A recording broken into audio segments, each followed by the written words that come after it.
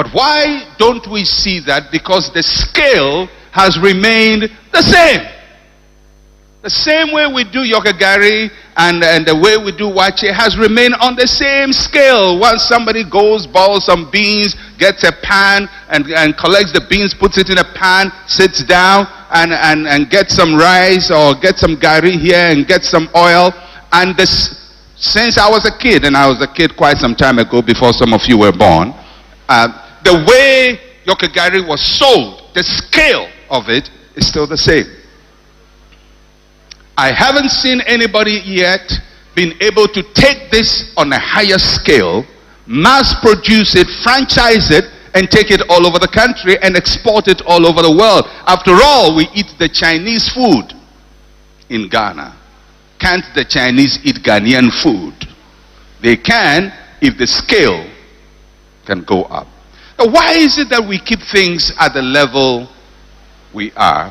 There's something called the thinking of smallness. Smallness. Everybody says smallness.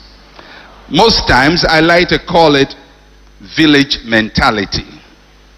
But village mentality, I don't think does justice to it. It's smallness. Smallness. Think small, act small, believe small, and do small. When you have a mindset of smallness, you are easily satisfied. You are easily happy. But if you're doing business which thrives on competition, then smallness can become sometimes a liability. There are times when smallness can be beautiful, but in the business environment, smallness is not always smart. Because if you remain small, somebody will grow big and swallow you up and take you over. Smallness. Smallness sometimes has its appeal. When you think small, we do things small, we somehow feel safe and secure. So smallness gives a lot of security. If you talk to the average person, maybe some of the young people here, what they want to do in future, and they start telling you what they want to do in future, you would find they will express ideas. I want to do this, and I want to do that, and I want to do that. And I have come to notice that that question is answered differently in different parts of Ghana, depending on several socio-cultural factors. But you find that the average person is not really thinking about something that will change the world, but is thinking about something that will probably change his life and maybe change his family's life and his friend's life. But he's not thinking about a global idea, something that will hit the rest of the world. Smallness has its appeal, but it can be a major problem. When you have smallness, you are easily seduced by your success. I remember when I was a kid, I grew up in a particular town or city. I think it's a city in Ghana. I wouldn't mention the name. But this was years ago in the 60s. And this man who was in our neighborhood won the lottery, won Lotto.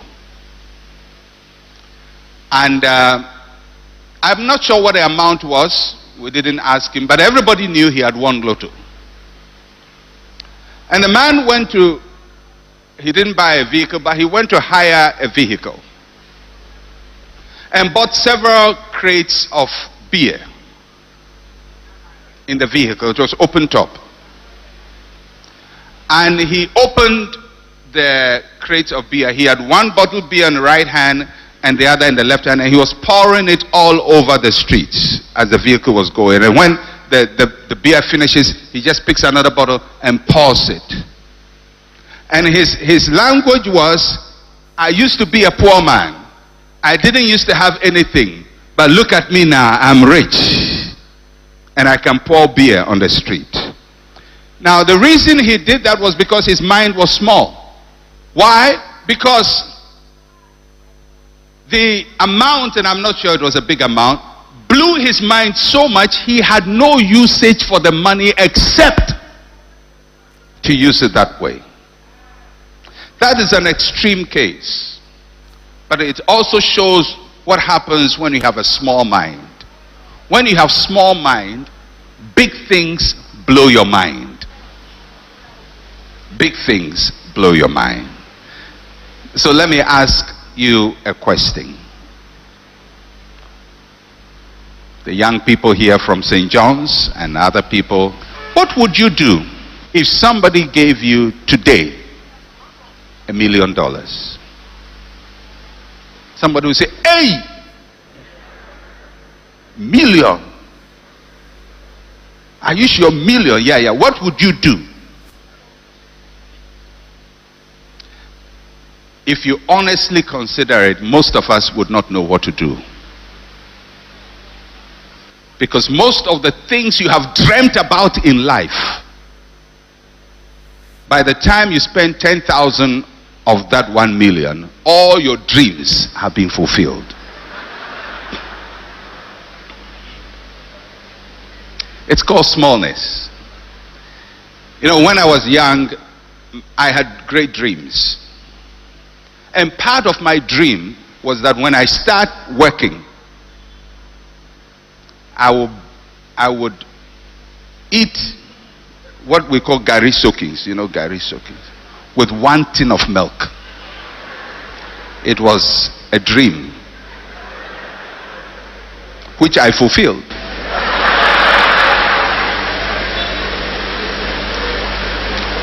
But, you know, because when we were young, you know, when we're going to take milk, you know, my mother was the sharer of milk in our home.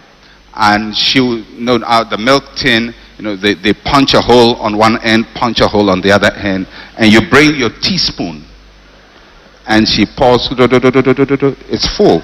And you turn it, 2. That's it.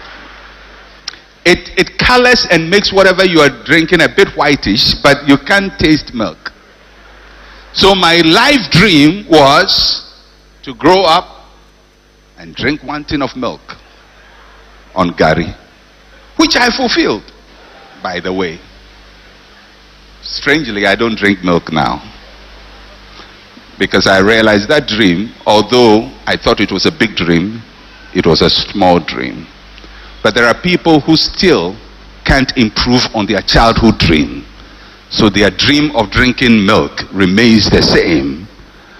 So when wealth comes, after they've drunk their milk, the rest, they have nothing to do with it. And that's why in Ghana, most people who go up, the rest of the money, they're going to chase girls with it, because they have no plan for the money. If you had planned for the money, you would not let a 16-year-old spend your hard-earned money, which you can invest to do something great and something significant. Why do people do that? It's not that they like women. It's because their brain is small. Their ideas are small. They are small-time thinkers. And the amount of money they have received far exceeded every dream they have had in life. And the dreams have already been fulfilled. One of my other dreams was to eat 1 bar of chocolate full. I had great dreams when I was a child. Great dreams. And I'll never forget when I started working and I bought 1 chocolate, Golden Tree chocolate. And you didn't have to break the rectangles. No, I bought the whole thing and I ate the whole thing. Vision accomplished. I have drank my 1 tin of milk. I have eaten my 1 chocolate. I had another dream too. To stand in front of the kebab seller and just eat the kebab until I was satisfied, which was also fulfilled. But then after you have fulfilled all those, you realize those were childish dreams. Now you become an adult. What new ideas do you have beyond eating? What are the ideas? Can you imagine what will happen if somebody had such a childish dream and doesn't change it, rises through the ranks, becomes a government official or some big man somewhere? How their lives will be lived. When you think small, you are easily satisfied. So, to play on the world stage, some things have to change. They have to change at the big level. Globally, we have to do something about our corporate image. The black people don't matter much. And we have to make an effort, deliberate effort, to change that impression. It doesn't have to be one man's effort. It has to be all of us, as Africans, as black people, making sure that wherever we go, we are not just representing ourselves, we are representing a race of people who for hundreds of years have been looked down on. And our aim should be, let us not reinforce that image. If they think you are not smart, be smart. If they think you can't think, think. If they think you can plan, plan. If they think you are lazy, work extra hard. Because you're not just doing it for yourself, you're doing it to erase centuries of discrimination against people with your skin pigmentation. Until we are able to do that, we're always going to work extra hard just to achieve average success.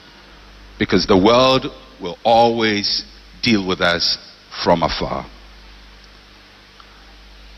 At the continental level, we have to do some things differently. This is my personal view. I don't think Africans need the AU, and I don't even think we need ECOWAS. I think African nations should take their destinies into their own hands and build viable nations. We should focus on building strong nations and then strong continent. But just trying to build a strong continent will not work. And I think that we as citizens must help our nations to see things from that perspective. At the national level, I believe that there are things that need to happen in this country to create the infrastructure for the average person to succeed.